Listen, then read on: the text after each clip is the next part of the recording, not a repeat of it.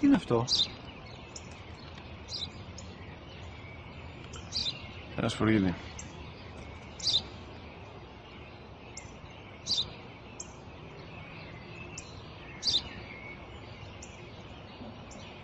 Τι είναι αυτό? Μόλις τώρα στο παπατέρα, σπουργίτι είναι.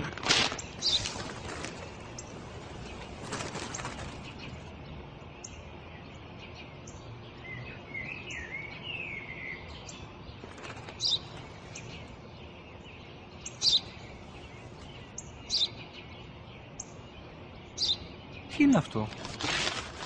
Ένα σπουργίτι είναι, πατέρα. Ένα σπουργίτι. Σπου-γι-τι.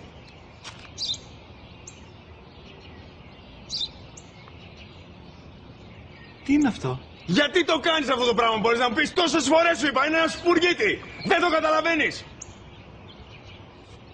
Πού πας?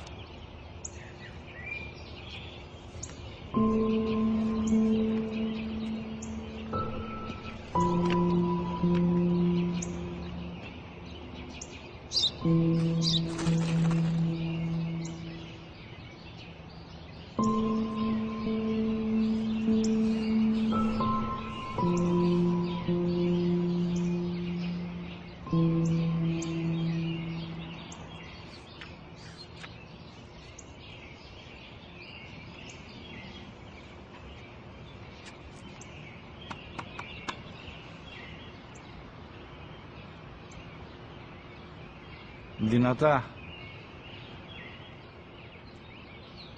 Σήμερα ο μικρός μου γιος που πριν λίγες μέρες έκλεισε τα 3 καθόταν μαζί μου έξω στο πάρκο όταν ένα σπουργίτι ήρθε και κάθισε απέναντί μας. Ο γιος μου με ρώτησε 21 φορές τι ήταν αυτό και του απάντησα και τις 21 φορές ότι ήταν